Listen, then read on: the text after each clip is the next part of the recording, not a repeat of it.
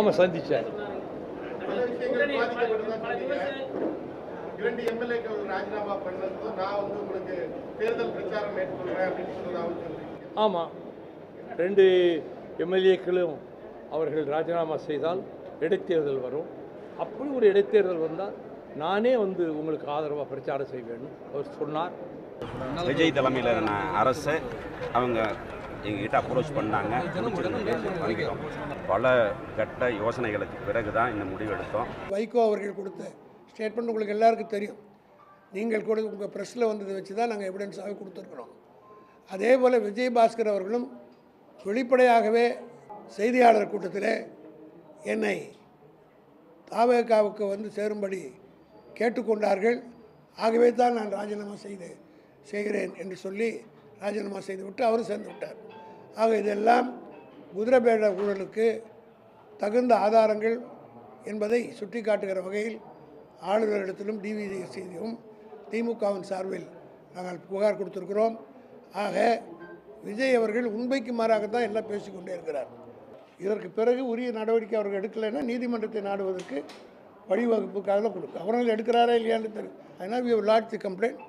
உரிய நடவடிக்கை எடுக்கவில்லை என்றால் சட்ட ரீதியான நடவடிக்கை எடுப்பது தான் இதெல்லாம். யோக்கியம் வர்றான் செம்பெடுத்து உள்ள வைங்கன்னு சொன்ன மாதிரி விஜய் சொல்ற அப்படி பேரை சொல்லக்கூடாதுன்னு நினைச்சேன். அவங்க கட்சி சட்டமன்ற உறுப்பினர் ஒருத்தர விலை பேசுறாங்களா? 6 பேர் உங்க கட்சிக்கு வந்தாங்களே, எப்படி வந்தாங்க?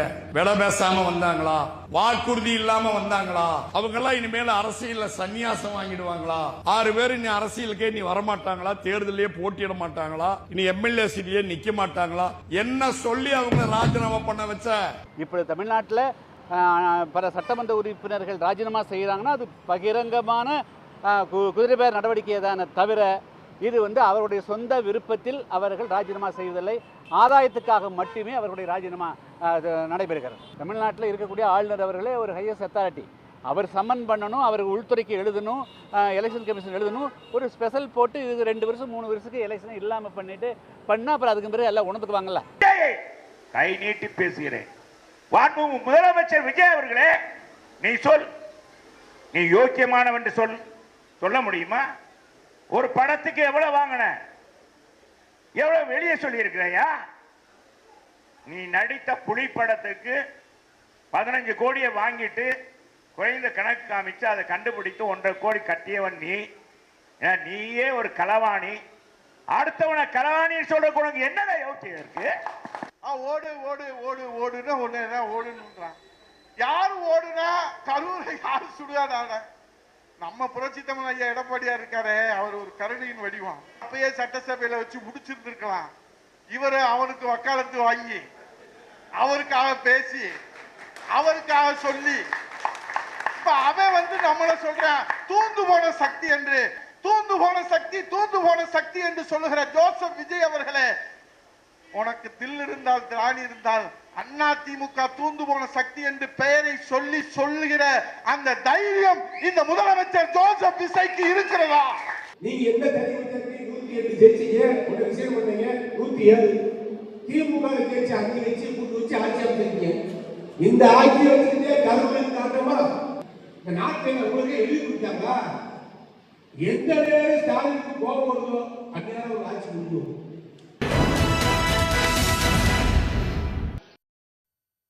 வணக்கம், இது கேள்விக்களம். எம்எல்ஏ பதவியை ராஜினாமா செய்துவிட்டு கட்சியில் சேரும்படி என்னை அப்ரோச் செஞ்சாங்க அப்படின்னு கரூர் முன்னாள் எம்எல்ஏ விஜயபாஸ்கர் பேசியது ஒரு ஒப்புதல் வாக்கு மூலமாக எதிர்க்கட்சிகளால் பார்க்கப்படுகிறது.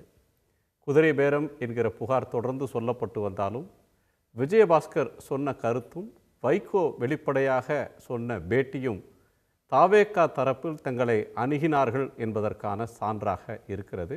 இதையடுத்து ஆளுநரை பார்த்து இந்த ஆதாரத்தின் அடிப்படையில் விஜயபாஸ்கருடைய பேட்டியின் அடிப்படையில் குதிரை பேரம் குறித்த விசாரணை நடக்க வேண்டும் என்று கேட்டிருக்கிறார்கள். இல்லாவிட்டால் நீதிமன்றத்தை நாடப்போகிறோம் என்று திமுகவின் RS பாரதி அறிவித்திருக்கிறார். சட்ட ரீதியாக ஆளுநர் முன்னால் என்ன வாய்ப்புகள் இருக்கின்றன? நீதிமன்றத்தில் இதற்கான வாய்ப்புகளை தேட முடியுமா? ஏற்கனவே இடைத்தேர்தல் நடத்துவதற்கு தடை விதிக்கப்பட்டிருக்கிறது. உச்சநீதிமன்றத்திலும் கேவியட் மனு தாக்கல் செய்யப்பட்டிருக்கக்கூடிய நிலையில் ராஜினாமா செய்த எம்எல்ஏக்களுடைய நிலை என்பது ஒரு திரிசங்கு சொர்க்கமாக மாறி இருக்கிறதா? இன்னும் கொஞ்ச நாளைக்கு ராஜினாமா படலம் என்பது தள்ளி போகிறதா, நிற்கப் போகிறதா என்பதெல்லாம் நம் முன்னே இருக்கக்கூடிய கேள்விகள். இதற்கு மத்தியில் அஇஅதிமுக தரப்பிலிருந்து முதலமைச்சர் ஜோசப் விஜய் அவர்களுடைய பேச்சுக்கு காட்டமான எதிர்வினைகளை பல முனைகளிலிருந்தும் தொடுக்க தொடங்கியிருக்கிறார்கள். அது சார்ந்தும் பேசப்போகிறோம். நம்மோடு திமுகவின் செய்தி தொடர்பாளர் கவிஞர் திரு மனுஷபுத்திரன் அவர்கள், விசிகாவினுடைய நிர்வாகி திரு வழக்கறிஞர் திரு ரஜினிகாந்த் அவர்கள், அரசியல் விமர்சகர் திரு சுமன் கவி அவர்கள், பத்திரிகையாளர் திரு பிரம்மா அவர்கள், எல்லோருக்கும் வணக்கம். நான் சுமன் கவியோடைய முதற் கோணத்தை கேட்கணும். விஜயபாஸ்கர் பேச்சினால் ஒரு புது சட்ட சிக்கல் கிடச்சிருக்கா? அவர் பேசினார், இன்றைக்கி மறுத்திருக்கிறாரு. ஸோ இதை வச்சு கவர்னர்கிட்ட கூடுதல் அழுத்தம் தர திமுக முயற்சிக்குதா? கண்டிப்பாக. அதாவது விஜய் அவர்கள் ஆட்சி அமைத்ததிலிருந்து அவருக்கு பல்வேறு நெருக்கடிகள் இருந்துச்சு. அவர் ஒரு தொங்கு சட்டசபையை, அதுவும் சொல்கிறதா இருந்தால் ஒரு மைனாரிட்டி அரசாங்கத்தை நடத்தினார். நேரம் அம்மையார் ஜெயலலிதா இருந்திருந்தால் ஒவ்வொரு முறையும் இது ஒரு மைனாரிட்டின்னு சொல்லியே அவரை நோகடித்திருப்பார். அந்த வாய்ப்பு இல்லாமல் போச்சு. நாகரிக அரசியல் எதிர்த்தரப்பில் பண்ணப்படுகிறது. அதனால தான் சொந்தமாக தங்களோடு கூட்டணியிலிருந்து ஜெயித்தவர்களை அங்கே இருந்து நீங்கள் கூட்டணி அமைத்துக் கொள்ளுங்கள் அப்படின்னு சொல்லி அனுப்பி வைக்கப்பட்டது மாதிரி இங்கே ஒரு ஆட்சி அமைந்திருக்கிறது. இப்படிப்பட்ட ஒரு சூழ்நிலையில் திருமாவளவன் அவர்களே என்ன சொல்கிறாரு, எக்காரணம் கொண்டும் இந்த கூட்டணி இந்த அரசு கவிழ்வதற்கு நாங்கள் விடமாட்டோம் அப்படின்னு அவர் ஒரு பக்கம் உத்தரவாதம் கொடுக்குறார். இந்த கொடுத்துக்கிட்டு இருக்கிற அதே வேளையில் தான் விஜய் எல்லா தரப்புல இருந்து ஆட்களை இழுக்கிறார். குறிப்பாக அதிமுகலேருந்து ஆட்களை இருக்கிறார். இந்த அதிமுகலேருந்து ஆட்களை இழுக்கும்போது அவர் என்ன சொல்கிறாரு, தூர்ந்து போன சக்தி அப்படிங்கிறார். தூர்ந்து போன அப்படின்னா என்ன அர்த்தம்? காய்ந்து போன, வற்றி போன, இழைத்து போனன்னு அர்த்தம். இப்போ ஒருத்தருக்கு ரத்தம் வேணும், உடம்புக்கு சுகம் இல்லை, நமக்கு அடுத்தவங்ககிட்ட இருந்து ரத்தம் வாங்கணும்னா ஆரோக்கியமாக ஏற்கனவே புஷ்டியாக ரத்த ஓட்டம் ஓடிட்டு இருந்தவர்கிட்ட ரத்தம் எடுத்தால் பரவாயில்ல. நீங்கள் யோசிச்சு பாருங்கள். நானே சொல்கிறேன், இவர் ஒலிம்பும் தோலுமாக இருக்கிறாரு, இவர்கிட்ட ரத்தம் இல்லைன்னு. அந்த நோயாளிகிட்ட இருந்து ஒருத்தர் ரத்தம் எடுக்கிறாருன்னா இவர் எவ்வளோ பெரிய பலவீனமான நிலைமையில் இருக்கிறாரு. புரிஞ்சுக்கங்க இது. அப்போது நீங்கள் ஒரு ஆளை தூர்ந்து போன சக்தின்னு சொல்லிட்டு அவர்கிட்டருந்து உறிஞ்சி ஒரு 6 பாட்டில் ரத்தத்தை உறிஞ்சிருக்கீங்க அப்படின்னா அது எந்த விதத்தில் சரி அப்படிங்கிறத நம்ம பரிசீலிக்கணும். இன்னும் இல்லை சார், இதில் தாவேக்கா மேலே தினகரன் சொல்கிறாரு, எங்கிட்ட இருந்த ஒரு எம்எல்ஏவை களவாண்டுட்டு போயிட்டாங்கன்னு. சனிக்கிழமை வார சந்தை நடக்கிற மாதிரி ஆட்கள் இழுக்கிற சந்தை நடக்குதுன்னு டாக்டர் கிருஷ்ணசாமி போய் ராஜ்பவன் வாசலில் பேட்டி கொடுக்குறாரு. அதிமுக இந்த புகாரை சொல்லுது. ஆனால் இந்த முனையில் பார்த்தா முதலமைச்சர் விஜயே தன் கட்சி எம்எல்ஏக்களை வாங்குறதுக்கு குதிரை பேரம் நடக்குதுன்னு அவர் அந்த டேபிளை திருப்பி விட பார்க்குறாரு. இது சில படங்களில், திரைப்படங்களில் நகைச்சுவையான காட்சி வரும். அதாவது திருடிக்கிட்டு ஒருத்தர் ஓடுவார், பிடிச்சிங்கன்னா வேற ஒருத்தர் திருடிக்கிட்டதாக பழி போடுவார். அந்த மாதிரி தான் செய்கிற குற்றத்தை பிறர் மேல் பழி போடுகிற ஒரு பழக்கம் இருக்கு இல்லையா, அந்த மாதிரியான ஒரு வேலை தான். பகிரங்கமாக கண் முன்னால் எந்த அத்தாட்சியும் பண்ணாங்க. நான் அவர் கேட்குறாரு இல்லையா, யார் நம்ம செல்லூராஜ் கேட்குறாரு, இத்தனை பேர் 6 பேர் வந்திருக்காங்களே, உங்கள் மேல் பற்று பாசத்தோடு வந்திருக்காங்க, நீங்கள் அழைக்காமல் வந்திருக்காங்களா? இன்னொன்று, ஒரு குற்றவாளி தன்னுடைய சிக்னேச்சர்னு சொல்லுவாங்க. ஒரு எவ்வளோதான் மறைச்சிட்டு போனாலும் அந்த சிக்னேச்சரை விட்டுட்டே போவாங்க, ஒரு தடயத்தை. அதே மாதிரி ஒரு தடயத்தை விட்டுட்டு போயிருக்காங்க. ஒவ்வொரு இடத்துலையும் நீங்கள் டிடிவி தினகரன் அவர்களுடைய ஒரே எம்எல்ஏ மன்னார்குடியை சேர்ந்த காமராஜ் அவர்களை காரில் வச்சு வீடியோ எடுக்கிறாங்க. அதை அவங்களே ரிலீஸ் பண்ணுறாங்க. யார்? தாவேக்காவை சேர்ந்தவர்களே. அப்போது அது அவர்கள் கையிலிருந்து வந்த ஆதாரம். அதற்கு பிறகு 25 பேர்களையும் அப்ரோச் பண்ணாங்க. இன்னும் கூடுதலாக அதிமுக திமுக கூட்டணி அமைக்க போகிறதுங்கிறது மிகப்பெரிய குற்றமாக சொன்ன இவர்கள் அதிமுக அவர்கள் அணியில் 2வது 25 எம்எல்ஏக்களின் கூட்டணி ஆதரவோடு தான் இவங்க நின்றுருக்காங்க. இதை லீமா ரோஸ் சொன்னாங்க, அதிமுகவோடும் விஜய் பேச்சுவார்த்தையில் இருந்தார் அப்படின்னு. இது ஒரு பக்கமாக. இதற்கு இடையில் தான் இந்த மற்ற 4 எம்எல்ஏக்களையும் உள்ளே இழுத்தாங்க. அதற்கு பிறகு வைகோ பகிரங்கமாக சொன்னார், எங்கள் 2 எம்எல்ஏக்களையும் உதயசூரியன் சின்னத்தில் நின்னவங்க 2 பேரையும் விட்டுட்டு நீங்கள் வந்தீங்கன்னா நான் பிரச்சாரத்துக்கு வருகிறேன், நான் வந்தால் வருகிற கூட்டமே வேற, என்னுடைய பவர், என்னுடைய புல்லிங் ஜெயிச்சு கொடுக்குறேன் சார், அதானே ஒன்லைன் அதில். ஆமாம், நான் ஜெயிச்சு கொடுக்குறேன், நான் ஜெயிச்சு கொடுக்குறேன், உங்களுக்கு வாய்ப்பு இருந்தால் உங்களுக்கு அமைச்சரும் கொடுக்குறேன். ஆஃபர் மேலே ஆஃபர். அப்போ அப்படி கொடுக்கப்பட்டதன் விளைவு தான் அவரை அறியாமல் ஒத்துக்கிட்டு இருக்கிறார். அது மட்டும் இல்லை, இது வழக்கு மன்றத்துக்கு இப்போ திரும்ப திரும்ப எல்லோரும் போய் கவர்னர் மாளிகையில் முறையிடுறாங்க. கவர்னர் வந்து இதில் அடுத்த கட்ட நடவடிக்கைக்கு போல, பட் கோர்ட் வந்து வேற கிரவுண்டில் ஸ்டே பண்ணியிருக்கு எலெக்ஷன் நடத்தக்கூடாதுன்னு. குதிரை பேர கிரவுண்ட் இல்லை, வேற ஒரு கிரவுண்டில் தான் அதை எலெக்ஷன் பெட்டிஷன் பெண்டிங் இருக்குது, அது முடிகிற வரலைன்ற ஒரு கிரவுண்டில் தான் ஸ்டே பண்ணியிருக்காங்க. பட் இதில் கவர்னர் நடவடிக்கை எடுக்கலைன்னா கோர்ட்டுக்கு போவோன்னு சொல்கிறாங்களா? அதில் என்ன லீகல் ஸ்கோப்? அதாவது இப்போ அந்த பாயிண்ட்டுக்கு வர்றதுக்கு முன்னாடி இந்த கடைசி எம்ஆர் விஜயபாஸ்கர் அவர்களுடைய இதையும் சொல்லியிருந்தேன். இப்போ இத்தனை விஷயங்கள் அடுக்கடுக்காக இருக்குது. ஒன் பை ஒன்னாக நீங்கள் முதல் நாள் விஜய் ஆட்சி அமைப்பதற்கு அன்னைக்கே இரவே டிடிவி தினகரன் அவர்கள் ஆளுநரை போய் சந்தித்ததில் இருந்து ஒவ்வொன்றையாக நீங்கள் அடுக்கி பார்த்தீங்கன்னா விஜய் அவர்களுடைய ஆட்சியில் நடந்த இந்த குதிரை பேரத்தினுடைய சித்திரம் அப்படியே விரியும். அதோடைய கடைசி சாட்சியாக தான் வந்து எம்ஆர் விஜயபாஸ்கர் என்ன சொல்கிறாரு, எங்களை வந்து இது அப்ரோச் பண்ணாங்க அப்படின்னு. அப்போ இது எல்லாவற்றுக்கும் மொத்தமாக ஆமாங்க அப்படின்னு ஆமேன் அப்படின்னு கையெழுத்து போடுகிற மாதிரியான ஒரு வேலையைத்தான் எம்ஆர் விஜயபாஸ்கர் செஞ்சிருக்காரு. ஸோ இதையெல்லாம் சேர்த்துத்தான் நீங்கள் ஆளுநர்கிட்ட போய் நிற்கிறாங்க. எல்லாவற்றுக்கும் கூடுதலான ஆதாரம் இருக்கிறது அப்படிங்கிறதுல. இப்போ ஆளுநர் ஒருவேளை நடவடிக்கை எடுக்காமல் போனார். இப்போ நீங்கள் அவங்க கேட்ட கேள்வியை திரு ஆர்எஸ் பாரதி அவர்கள்ட்ட கேட்ட கேள்வியை வந்து நீங்கள் டைரெக்டாகவே நீதிமன்றத்தை நாடலாமே அப்படின்னு கேட்டதுக்கு ஒரு ப்ரொசீஜர் இருக்குது. ஆளுநர்கிட்ட நாம் கேட்க வேண்டிய ஒரு நியாயம் இருக்குது. அவர்கிட்ட கேட்டு அவர்கிட்ட இந்த நீதி கிடைக்கவில்லை என்றால் அடுத்த கட்டமாக நாங்கள் வந்து நீதிமன்றத்தை நாடுவோம்னு சொல்கிறாரு. ஸோ இது ஒரு ப்ரொசீஜர். நாளைக்கு நீதிமன்றத்தை நாடும்போது மீண்டும் ஆளுநர்கிட்ட போங்க அப்படின்னு சொல்ல வேண்டிய அவசியம் வராது. உங்களுக்கு தெரியும், ஜனநாயகன் பட விவகாரத்தில் வந்து விஜய் எப்படி நடந்து கொண்டாருன்னு ஒரு ஜிக்ஸாக்கான ப்ரொசீஜரில் தான் அந்த படமே மாட்டிக்கிட்டுது. அப்படி இல்லாமல் திமுக இதை சரியான விதத்தில் மூவ் பண்ணிட்டு போகிறாங்க.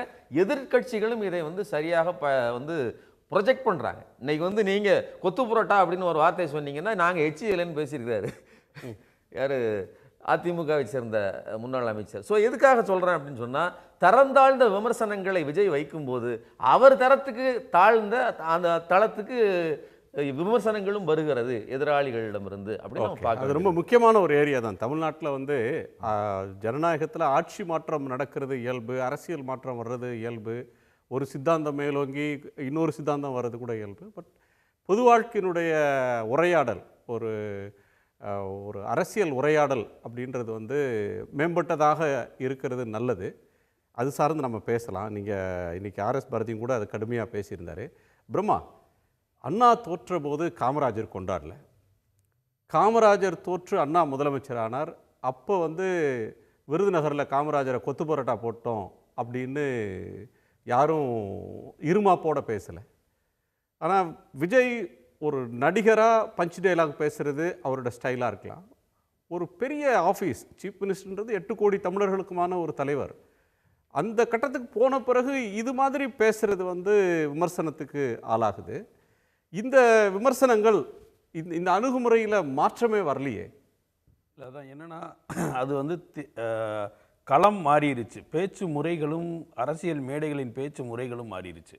அதை வந்து அதாவது அப்படி பேசுகிறது இயல்பான ஒரு விஷயமா இன்னைக்கு இருக்கிற சூழலில் உருவாகிருச்சு. நியூ நார்மல் இயல்பான சூழலாக உருவாயிடுச்சா அல்லது உருவாக்குறாங்களா? உருவாக்கி அதை வந்து நார்மலைஸ் பண்ணிடுறாங்க. அது வந்து 2 தரப்புமே அப்படி பேசி பழகிருச்சு. அதாவது வந்து ஒரு தரப்பு முன்னாள் முதலமைச்சர் ஸ்டாலின், இன்னொரு தரப்பு இந்நாள் முதலமைச்சர் விஜய். இதில் யார் கண்ணிய குறைவான சொல்ல பயன்படுத்தியிருக்காங்க, யார் வந்து இறங்கி பேசுகிறாங்க? இல்லை, அதான் என்னென்னா இதை ஏற்றுக்கொள்ள முறை. அதான் நீங்கள் காமராஜர் எடுத்துக்கும் போது இதே திமுக ஆட்சிக்கு வரும்போது அன்றைக்கு வந்து பக்தவாச்சலம் தமிழ்நாட்டில் வைரஸ் புகுந்துருச்சுன்னு சொல்லும்போது காமராஜர் இது மக்கள் மனங்களின் மாற்றம்னு அந்த மாற்றத்தை ஏற்றுக்கிட்டாரு. சார், நம்ம வந்து பார்க்குறோம், அப்போ மாபெரும் தலைவர்கள் தோற்றிருக்கிறாங்க. காமராஜர் தோற்றிருக்கிறாரு, பக்தவச்சலம் தோற்றிருக்கிறாரு, அண்ணா தோற்றிருக்கிறாரு, முதலமைச்சராக இருந்த செல்வி ஜெயலலிதா தோற்றிருக்கிறாங்க, முதலமைச்சராக இருந்த திரு ஸ்டாலின் தோற்றிருக்கிறாங்க. தோல்வி வெற்றி சகஜம். ஆனால் அண்ணா வந்து காமராஜர் தோற்ற போது அண்ணா வருந்தினார். காமராஜர் தோற்றிருக்கக்கூடாது, தன் கட்சிக்காரன் ஜெயிச்சதே அவர் ரசிக்கலை, பிரம்மாண்டமான வெற்றி வந்த போட ஒரு மாபெரும் தலைவர் காமராஜர் அவர் தோற்றுக்கூடாதுன்னு ஆதங்கப்பட்டார் அப்படின்னு அவருக்கு நிறைய சாட்சியங்கள் இருக்குது. அவர் கூட இருந்தவங்க பதிவு பண்ணது இருக்குது, அவரே பேசியது இருக்குது. சட்டமன்றத்தில் காங்கிரஸோட வாக்குவாதம் வந்தபோது கூட அவர் ஏகடியம் பேசலை. இதை சீஃப் மினிஸ்டர் பண்ணுறதுன்றது ஒரு ரசக்குறைவாக இருக்குது அப்படின்ற ஒரு விமர்சனம் இருக்குது. இல்லை, இது நீங்கள் அண்ணாவையும் காமராஜரையும் இன்றைய அரசியல் சூழலில் பொருத்தி பார்க்க முடியாது. அண்ணா உட்கார்ந்த சீட்டு தானே சார் அது. அண்ணாவும் காமராஜரும் உட்கார்ந்த சீட்டு தானே அது. இல்ல உட்கார்ந்த சீட்டு தான். ஆனா அண்ணா போன்ற மனநிலையிலும் காமராஜர் போன்ற மனநிலையிலும் இன்றைய அரசியல் தலைவர்கள் இருக்காங்கன்றதா நீங்க பார்க்கணும். இரண்டு அப்படி இருக்காங்களா? இல்ல. அதாவது என்னன்னா இரண்டு தரப்புமே அது போன்ற விஷயங்கள், அதாவது முன்னாள் முதல்வர் ஸ்டாலின் அவர்கள் அந்த பக்குவத்தோடு நடந்துகிட்டாலும் திரு விஜய் அவர்கள் ஆட்சி அமைச்ச உடனேயே எல்லா தலைவர்களையும் போய் சந்திச்சு, குறிப்பாக முன்னாள் முதல்வர் ஸ்டாலின் அவர்களை பெருந்தன்மையோடு போய் சந்திச்சு, உதயநிதி உள்ளே கூட்டு போய் எல்லாமே நடந்துச்சு. அப்போ என்னென்னா தன்னை ஒரு நடுநிலையாளர், நாம் எல்லாருக்கும் உகந்தவர்ங்கிற மாதிரி, எல்லோருக்கும் எல்லாம்னு நம்ம அதெல்லாம் சொன்ன மாதிரி இணக்கமாக காட்டிக்கொண்டார். ஆனால் ஸ்கிரிப்ட் தான் பிரச்சனை. இப்போ அவருக்கு என்ன ஸ்கிரிப்ட் கொடுக்கப்படுகிறதோ அந்த வசனத்தை அவர் பேசுகிறாரு. அந்த வசனத்தை எழுதியவர்கள் ரொம்ப மோசமாக எழுதுறாங்க. இப்போ வர வர வார்த்தை ரொம்ப பேடாக இருக்குங்கிறது. அதான் என்னன்னா அதை நம்ம பொலிட்டிக்கல் டிஸ்கோர்ஸ் இறங்கக்கூடாதுன்றதான் இல்லை, அது இறங்குது. ஆனால் என்னன்னா அது அவங்களுக்கு ஒரு பொலிட்டிக்கல் கெயினாக இருக்கிறதுனால திரும்ப திரும்ப செய்கிறாங்க. இப்போ தனிநபர்கள் விமர்சனம். ஓகே, ஒரு நிமிஷம். திரு மனுஷபுத்திரன் குறுக்கிட விரும்புனீங்க. ஒரு பொலிட்டிக்கல் கெயின் இருக்கு, இப்படி பேசுறதுல ஒரு அரசியல் லாபம் இருக்கு, அது இன்னைக்கு வந்து ஒரு நியூ நார்மல், இன்றைய அரசியல் இயல்பாக அது மாறிடுச்சு, அதனால பேசுறாங்க அப்படின்னு ஒரு வாதத்தை பிரம்மா முன்வைக்கிறார். இல்லை, அது இன்னைக்கு நீங்கள் ஒரு முக்கியமான ஒரு விவாத புள்ளியை தொட்டிருக்கீங்க.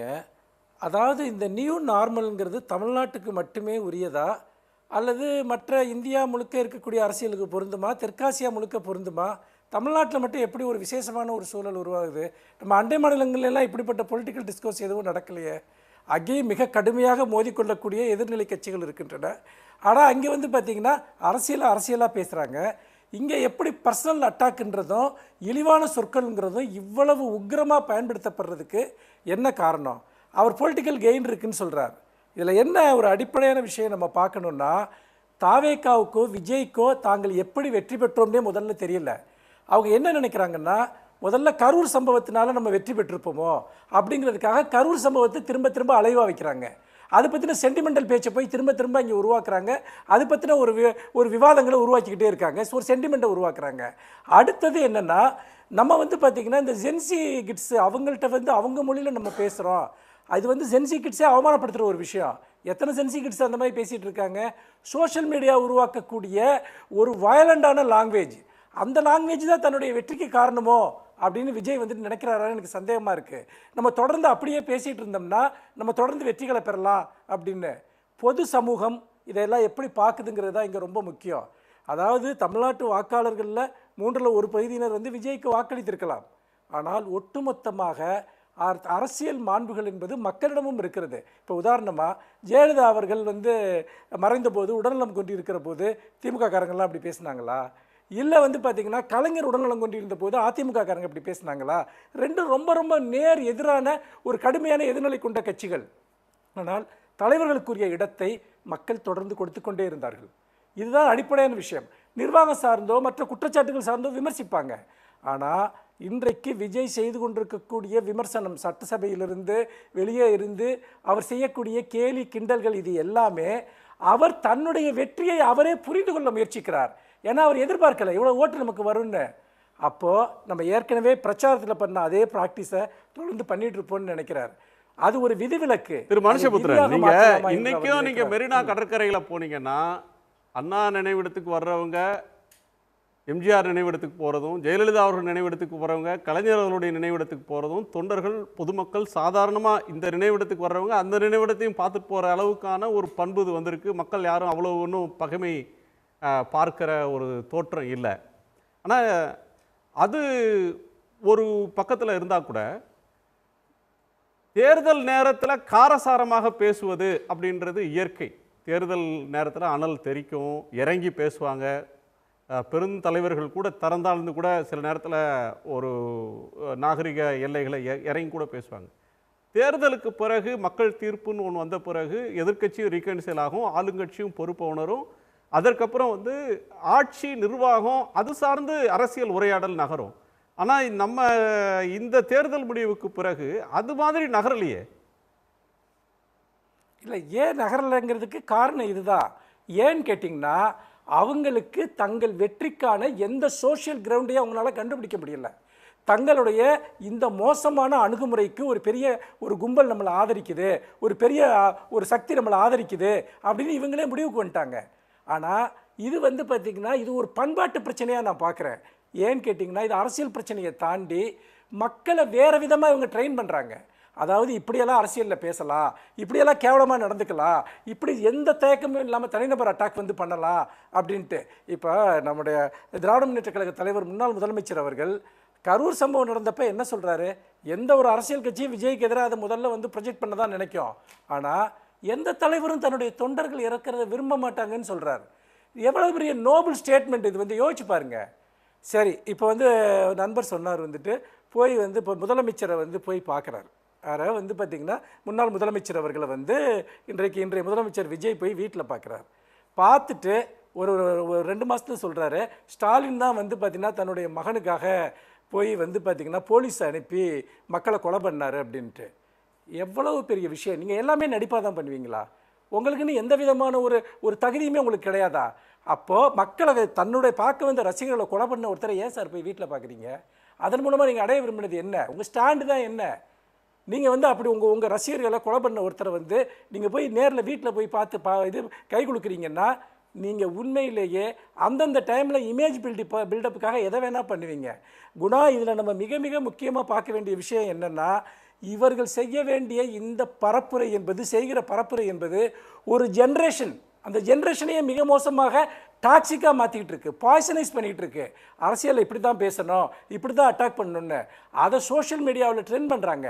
அதை ஃபாலோ பண்ணுறவங்க, லைக் பண்ணுறவங்க, நீங்கள் அதை எல்லாத்தையும் நீங்கள் ஸ்டடி பண்ணி பாருங்கள். இவர்கள் இனி எதிர்காலத்தில் எத்தகைய அரசியல் செயல்பாடுகளில் இந்த இளைஞர்கள் ஈடுபடுவார்கள். நான் எல்லாரையும் சொல்லலை, இவர்களை பின்பற்றக்கூடியவர்களை. இது ஒட்டுமொத்த சமூக அமைப்பிற்குள் எவ்வளவு மோசமான விளைவுகளை ஏற்படுத்தும், பண்பாட்டு வாழ்க்கையில் எவ்வளவு மோசமான விளைவுகளை ஏற்படுத்தும். நீங்கள் சொல்கிறீங்க சிஎம் ஆகிட்டா ஒரு கண்ணியம் வரக்கூடாதான்னு நீங்கள் கேட்குறீங்க. ஒரு பஞ்சாயத்து போர்டு தலைவராக இருந்தாலும் அவர் வந்து அந்த கண்ணியத்தை பாதுகாக்கணும், ஒரு எதிர்க்கட்சி தலைவராக இருந்தாலும் பாதுகாக்கணும். ஆனால் எவ்வளவு தூரம் கீழே இறங்கி நீங்கள் போகிறீங்கிறது இங்கே விஷயம் இல்லை. உங்கள் தகுதிக்கு அதை செய்கிறீங்க. மக்களை, உங்களை நம்புகிற இளைஞர்களை எவ்வளவு தூரம் நீங்கள் கீழே இறக்குறீங்க, அதுதான் ரொம்ப முக்கியமான விஷயம். அதுதான் நம்ம கவலைப்பட வேண்டிய விஷயமா நான் பார்க்குறேன். ஓகே, இல்லை இதில் கட்சிகள் வேறுபாடு இருக்கிறத இப்போ மனு சொல்கிற மாதிரி இதில் வந்து கட்சிகள் வேறுபாடு இருக்கிறதா எனக்கு தெரியல. ஏன்னா திமுகவுடைய ஜென்சி மீட்டிங்லேயும் அப்படி தான் பேசுகிறாங்க. துணை முதலமைச்சரும் தன்னுடைய கருத்துக்கு வந்து சட்டமன்றத்தில் முதலமைச்சர் ஒரு தனிப்பட்ட தாக்குதல் நடத்தும் போது வெளியே வந்து எதிர்க்கட்சி தலைவரும் ஒரு தனிப்பட்ட தாக்குதலை தொடுக்கிறாங்க.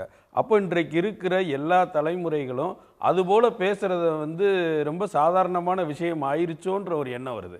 இந்த கண்ணிய கோட்பாடுன்றது ஒரு தரப்புக்கு மட்டும் இல்லை, எல்லா அரசியல் தரப்புகளுக்குமே அந்த கண்ணிய கோட்பாடுன்றது வேணும். ஒரு சின்ன குறுக்கீடு, ஒரு சின்ன குறுக்கீடு. அதாவது வந்து உதயநிதி ஸ்டாலின் அவர்கள் சட்டசபையில் வெளியே வந்து பார்த்தீங்கன்னா பேசுகிறத வந்து முதல்ல சொல்கிறார். முதல் விஷயம் நான் சொல்கிறேன், ஸ்டாலின் அவர்கள் உதயநிதி ஸ்டாலின் அவருடைய அப்பா, தமிழ்நாட்டினுடைய முதலமைச்சராக இருந்தவர், ஒரு மிகப்பெரிய இயக்கத்தின் தலைவர். அவர் நீங்கள் அவ்வளவு பகிரங்கமாக ஒரு ஆபாச செய்கை காட்டி நீங்கள் அவமானப்படுத்துவீங்க, உங்கள் அப்பா எங்கேன்னு கேட்பீங்க. முதல்ல ஸ்டாலின் அவர்களுடைய மகன்ங்கிறதுக்கு அப்புறம் தான் வந்துட்டு அவர் எதிர்க்கட்சி தலைவர். நீங்க செஞ்ச ஆக்ஷனுக்கு இல்ல யார் தொடங்குறா, இருங்க நான் ஒரே சொல்லி முடிச்சிடுறேன். அதாவது இந்த நாயகன் படத்தில் கமல் சொல்லுவார், முதல்ல அவனை நிறுத்த சொல்லு, நான் நிறுத்துறேன் அப்படின்ட்டு. அதே மாதிரி தான் எல்லா விஷயத்தையும் நீங்கள் ஸ்டார்ட் பண்ணுறீங்க, தூண்டுறீங்க. நீங்கள் எவ்வளவு வேணாலும் பர்சனல் அட்டாக் பண்ணுவீங்க, தனிப்பட்ட முறையில் இழிவுபடுத்துவீங்க. இருக்கவங்க ரொம்ப நல்லா பேசுனீங்க, ரொம்ப வந்து மாண்போடு நடந்துக்கிட்டீங்க அப்படின்னு சொல்லிட்டு வீட்டுக்கு போகணுமா? நாங்கள் அதை தொடங்குறோமா, நாங்கள் அதை செய்கிறோமா? நீங்க ஒரு இழிவான செயலை செய்யறப்போ உங்க பாஷையில அதுக்கு பதில் சொல்ல வேண்டியிருக்கு. அதத்தான் சொல்லக்கூடாதுன்னு சொல்றேன். நீங்க வந்து ஒரு 50-60 வருட இயக்கம், மறுநாள் அதற்கு முன்னாள் முதலமைச்சர் சொன்ன பதில்ன்றதுதான் ஒரு அரசியல் களத்துல சரியான பதிலடி. அவர் என்ன சொன்னாரு, என்னை எங்க தேடணும், நீங்க அரசு கோப்புகளை தேடுங்க சார், எப்படி பேசணும். அப்போ ஒருத்தர் தரந்தாழ்ந்து பேசும்போது அதற்கு சரியான பதில் என்பது நீங்க வந்து எங்க சொல்றேன்றது இருக்கு. மறுபடியும் நான் அதே மாதிரி பேசுவேன்னா அப்ப என்ன வித்தியாசம் ரெண்டுக்கும்? அதே மாதிரி பேசல.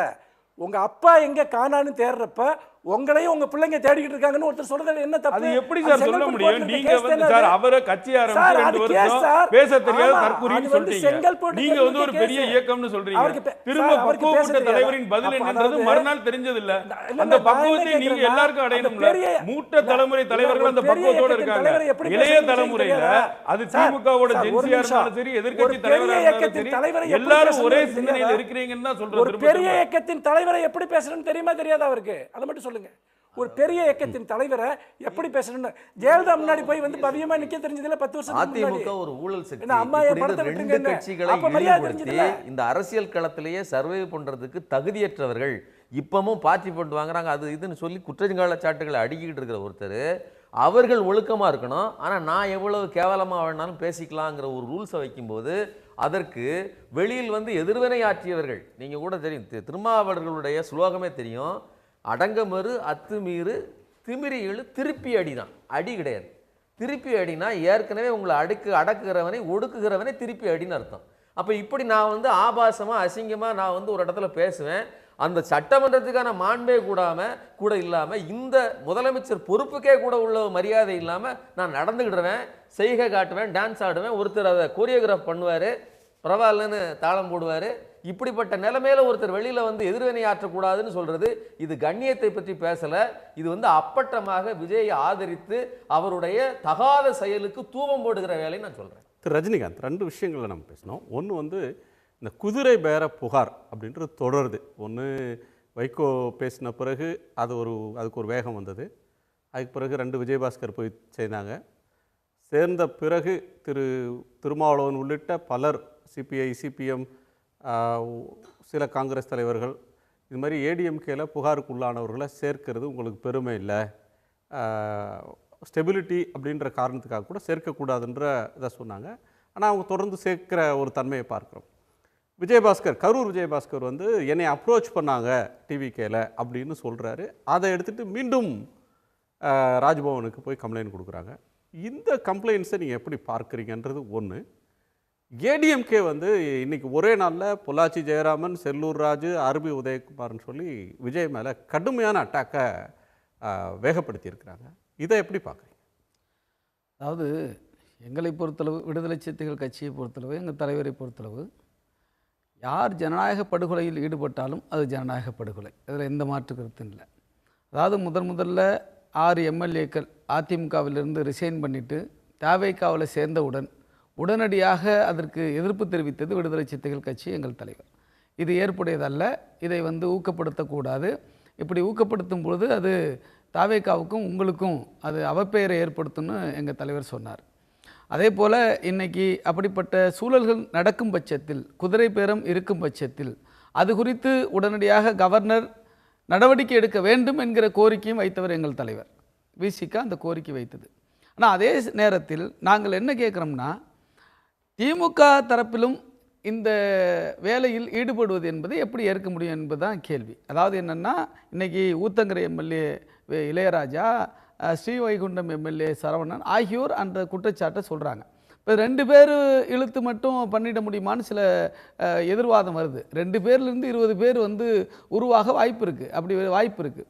அப்போது எதை வைத்து முன்னாள் முதலமைச்சர் மரியாதைக்குரிய மு.க. ஸ்டாலின் அவர்கள் 3 மாதத்தில் இந்த ஆட்சி கவிழ்ந்து விடும், வந்து எல்லாரும் எலெக்ஷனுக்கு தயாராகுங்க அப்படின்னு எதை வைத்து சொல்லுகிறார் என்பது ஒரு $1 மில்லியன் கொஷினாக இருக்குது. இதே பேச்சை இப்போ எடப்பாடி பழனிசாமி சொல்கிறார், அதிமுக தரப்புலேருந்து சொல்கிறாங்க. அப்போ இவர்கள் 2 பேருமே நேற்றைக்கு கூட எடப்பாடி பழனிசாமி அப்படி பேசியிருக்கிறார், நான் வந்து ஆட்சி கவிழ்ந்துரும், தேர்தலுக்கு நாம் தயாராகும்னு சொல்லிட்டு. அப்போது இவர்கள் அந்த பேரத்தில், அந்த குதிரை பேரத்தில் ஈடுபடுவது மட்டும் சரியா என்கிற அந்த கேள்வி இருக்கிறது. ஆகவே எது எப்படி இருந்தாலும், யார் இந்த ஜனநாயக படுகொலையில் ஈடுபட்டாலும் அது அனுமதிக்கப்படக்கூடாதது, அது உடனடியாக தடுத்து நிறுத்தப்பட வேண்டும். எங்கள் தலைவர் சொல்வது போல கவர்னருக்கு என்ன அதிகாரம் இருக்கிறது? கவர்னர் இப்படிப்பட்ட சூழல்களை விசாரணை செய்து அந்த அறிக்கையை அவர் ஒன்றிய அரசுக்கு அனுப்பலாம். ஒன்றிய அரசு அந்த அறிக்கையின் பேரில் நடவடிக்கையை மேற்கொள்ளலாம். அப்படி கவர்னர் செயல்பட மறுக்கும் பட்சத்தில் நீதிமன்றத்தை நாடலாம். இது வந்து ரிட் பெட்டிஷன் மூலமாக நாடலாம். இதுதான் சட்ட ஏற்பாடு. அப்போது இந்த சூழலில் இன்றைக்கி வந்து நாகரிக அரசியலை பற்றி நாம் பேசி கொண்டிருக்கிறோம்.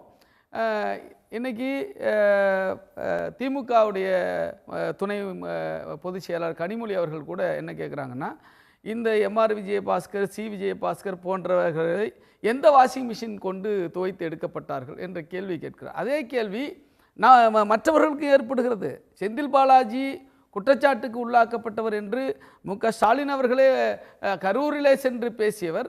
எந்த வாஷிங் மிஷினை வைத்து அவர் துவைத்து எடுக்கப்பட்டார், ஓபிஎஸ் எந்த வாஷிங் மிஷினை வைத்து துவைத்து எடுக்கப்பட்டார் என்கிற கேள்வி எழுகிறது. ஆகவே தவறு யார் செய்தாலும் தவறு தான். நீங்கள் சொன்னீங்க விஜய் வந்து கொத்து பரோட்டா போடுறாரு அப்படின்னு பேசுகிறாரு. அவருக்கு அது ஒரு ஸ்டைலாக இருக்குது. அது சினிமாவிலேருந்து வந்ததுனால அந்த ஸ்டைல் இருக்குது. அது மாற்றிக்கொள்ளப்பட வேண்டுமா? நிச்சயமாக மாற்றிக்கொள்ளப்பட வேண்டும். அதே நேரத்தில் ஒரு மூத்த அரசியல்வாதியாக நாம் அனைவராலும் மதிக்கப்படக்கூடிய மரியாதைக்குரிய ஸ்டாலின் அவர்களும் எப்படி சைகை காட்டினார் இல்லையா? அந்த தேர்தல் முடிஞ்ச உடனே ஒரு சைகை காட்டினார். அப்போ அதற்கு இடம் கொடுத்த ஒரு சூழல் வந்து நாமே ஒரு மூத்த 50 ஆண்டு கால நெகட்டிவ் சென்ஸில் சொல்லலையே. அது வந்து காங்கிரஸுடனான பேச்சுவார்த்தை வெற்றிகரமாக முடிஞ்சு ஒப்பந்தம் கையெழுத்து போட்ட பிறகு அது ஒரு பாசிட்டிவ் சைனாக தானே சொன்னார். அப்போ ஒன்று, தேர்தல் முடிஞ்ச பிறகு ஒன்று வந்து தேர்தல் முடிஞ்சு பிஃபோர் கவுண்டிங் வந்து அப்படி ஒரு சைகையை வந்து காட்டினார். அதனால தான் அந்த அவர் விஎஸ் பாபு இப்படி வந்து செஞ்சது, அதுக்கு பதில் சொல்லி தான் அப்படி பண்ணார். ஆகவே இதை நாமே ஊக்குவிக்கக்கூடாது அல்லவா? அப்போ இந்த ஒரு செய்தி அங்கே இருக்கிறது. அதே போல் இருங்க, ஒரு நிமிஷம் நான் முடிச்சிட்டு, நீங்கள் நிறைய பேசினீங்க எல்லாருமே.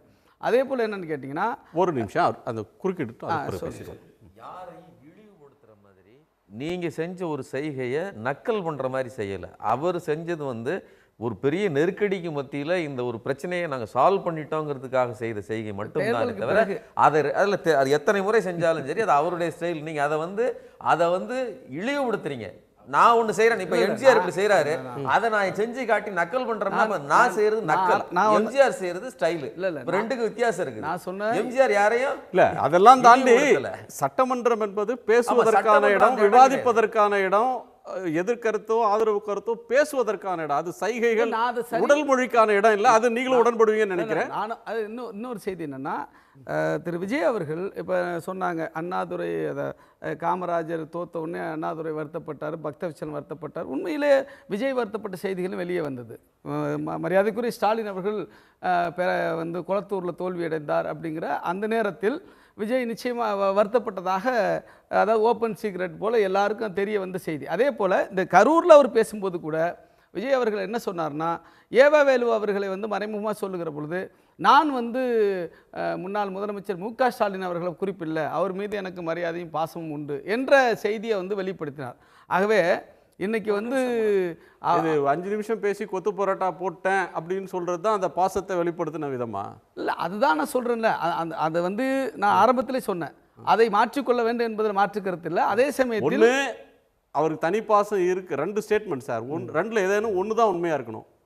கொத்து பரோட்டா போட்டோன்னு சொல்கிறது ஒரு தலைவருடைய தோல்வியை கொண்டாடுவது, இன்னொன்று நீங்கள் அவர் மேலே பாசம் இருக்குன்னு சொல்கிறது.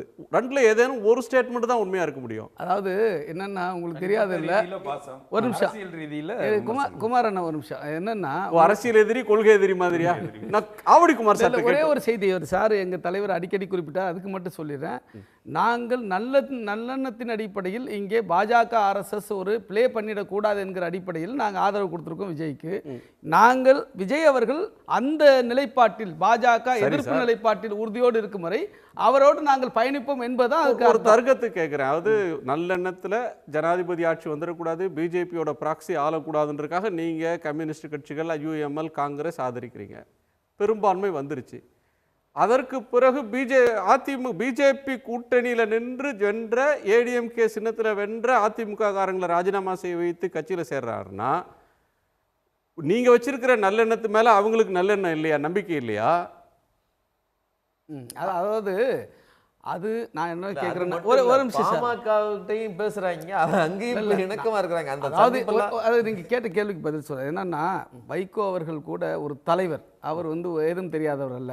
விஜயபாஸ்கரோ அல்லது வந்து எம்ஆர் விஜயபாஸ்கரோ அவர்கள் வந்து அமைச்சர்களாக இருந்தவர்கள். அப்படி இருக்கும் பொழுது அவர்களை தூண்டில் போட்டு இழுத்து விட முடியும் என்று நம்புவது என்பது எப்படி சரியா இருக்கும்? பொள்ளாச்சி ஜெயராமன் ஒருத்தர் கேட்டார் இன்னைக்கு பேசும்போது, 6 எம்எல்ஏ வந்தாங்க, விலை பேசாமல் வந்தாங்களா, வாக்குறுதி தராமல் வந்தாங்களா, அவங்க இந்த தேர்தலில் நிற்க போகிறது இல்லையா, அவங்க என்ன இன்னைக்கோட தாவேக்காலேருந்து அரசியலில் சன்னியாசம் வாங்கிட்டாங்களா, என்ன அடிப்படையில் பேசி எந்த அடிப்படையில் அவங்க சேர்ந்தாங்கன்னு சொல்லுங்கன்னு. அதுதான் நாங்கள் சொல்கிறோம். என்னென்னா அதில் உண்மை இருக்கும் பட்சத்தில் நடவடிக்கை வந்து எடுக்கப்பட வேண்டும். அதே சமயத்தில் பரஸ்பரம் பேசப்பட்டு பரஸ்பரம் இவங்களுக்கு இங்கே எந்த எதிர்காலம் இல்லைன்னு நினைக்கிறாங்க. எடப்பாடி பழனிசாமி கட்சியை தவறாக வழி நடத்துகிறாரு, கட்சியை சிதைக்கிறான்னு நினைக்கிறாங்க. அப்படி அந்த ஸ்டேட்மெண்ட்டை சொல்லிட்டு தானே அவங்க விஜய் பக்கம் வர்றாங்க. விஜயே வந்து போய் எடப்பாடி பழனிசாமி தேர்தலுக்கு முன்பு அவர் மேலே இதே குற்றச்சாட்டை தான் சொன்னாங்க. சொன்ன நபர்கள் வேறு. இப்போ டிடிவி தினகரன் சொன்னார், சசிகலா சொன்னாங்க, அவரை சார்ந்தவர்கள் இப்போ பெங்களூர் புகழேந்தி சொன்னார், கேசி பழனிசாமி சொன்னார். அதிமுகவோட அதிருப்தியாளர்கள் எடப்பாடி பழனிசாமி அவர்கள் மேலே தேர்தலுக்கு முன்னாடி இதே குற்றச்சாட்டு சொன்னாங்க. இவங்க இல்லை எடப்பாடி தான் சிறந்த தலைவர், அவர் தான் எங்கள் முதலமைச்சர்னு சொல்லி தேர்தலை சந்திச்சுட்டு அதற்கு பிறகு நிலைப்பாடு மாறுறது தான் ஒரு பாயிண்ட். நான் திரு குமார் சார் மீண்டும் தோல்வியை சந்திக்கிற பொழுது அவர்கள் வேற முடிவுக்கு போறாங்கல்ல சார். நீங்க ஒரு கட்சியில் இருக்கீங்க, நான் உங்களுக்கு கேட்குறேன் சார், நீங்க ஒரு கட்சியில் இருக்கீங்க, ஒரு கோட்பாட்டை ஏற்றுக்கொண்டு ஒரு தலைமையை ஏற்றுக்கொண்டு அதில் பயணிக்கிறீங்க. அந்த கட்சி 3 வாட்டி தோத்துருதுன்னு வச்சுக்கோங்க, அந்த கட்சி விட்டு போயிடுவீங்களா? அப்படி இல்ல, அதாவது 2 வாட்டி அந்த கட்சி தோக்குது, அது தப்பான கட்சி ஆயிடுமா? சொல்றேன், அதாவது இணக்கத்திற்கு எந்த முயற்சியும் எடப்பாடி எடுக்கல. யாரெல்லாம் அவரை விமர்சிக்கிறாங்க, யாரெல்லாம் கேள்வி கேட்குறாங்க, எல்லாரும் வெளில அனுப்புனா என்ன பண்ணுவாங்க? யாருமே கேள்வி கேட்க முடியாது. நான் சர்வாதிகாரம், நான் சொல்வதுதான் சரி என்று எடப்பாடி பழனிசாமி நடந்து கொள்கிற பொழுது இங்கே வேற எதுக்கும் வாய்ப்பு இல்லை என்கிற அந்த நிலை ஏற்படுகிற பொழுது அவங்க வெளில போறாங்க, ஃபியூச்சர்லன்னு போறாங்க.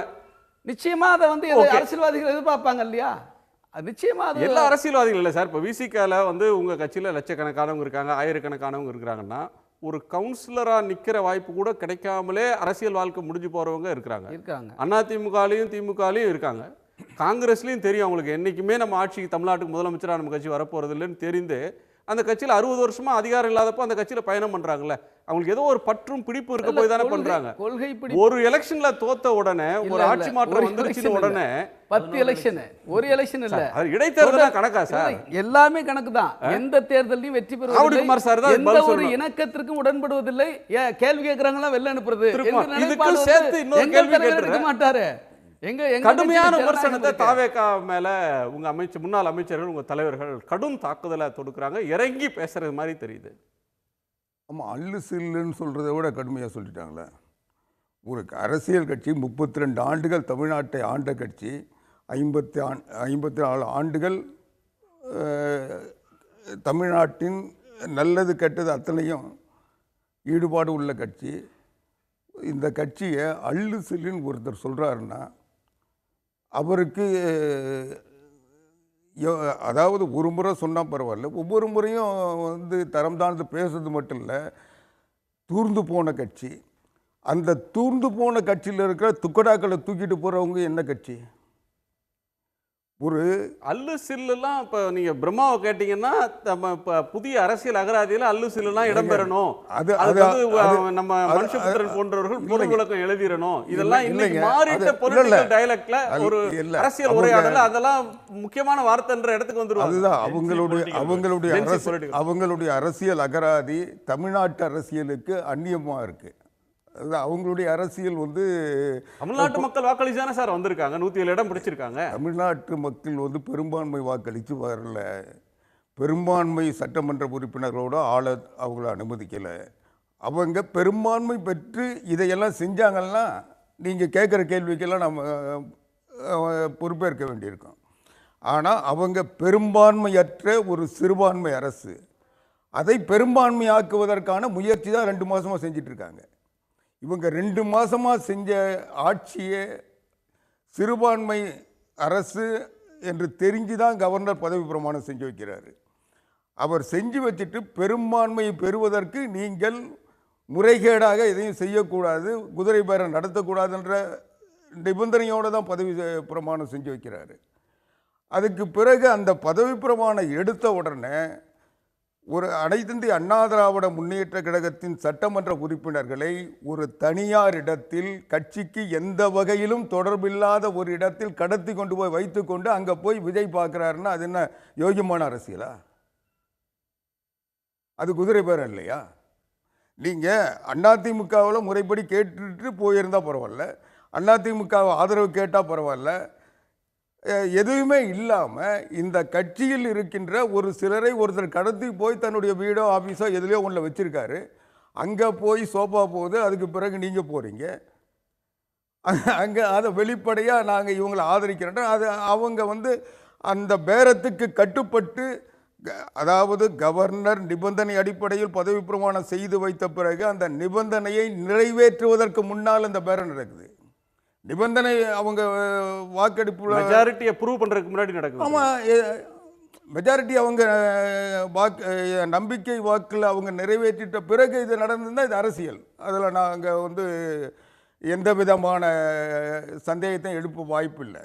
ஆனால் நிபந்தனை நிறைவேற்றுவதற்கு முன்பு கவர்னர் எதை செய்யக்கூடாதுன்னு சொன்னாரோ அதை செஞ்சுருக்காங்க. அதுதான் குதிரை பேரம். அவங்களா விரும்பி வர்றாங்க. அதிமுக தங்களுக்கு எதிர்காலம் இல்லை அப்படின்றதுனால இருக்கிற இடம் நோக்கி போறாங்க அப்படின்னு குணசேகரன் இதை சொல்றாரு.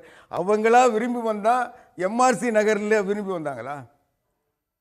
எம்ஆர்சி நகர்ல அதிமுக சட்டமன்ற உறுப்பினர்களை அடைத்து வைத்திருந்த இடத்துக்கு விஜய் ஏன் போனார்?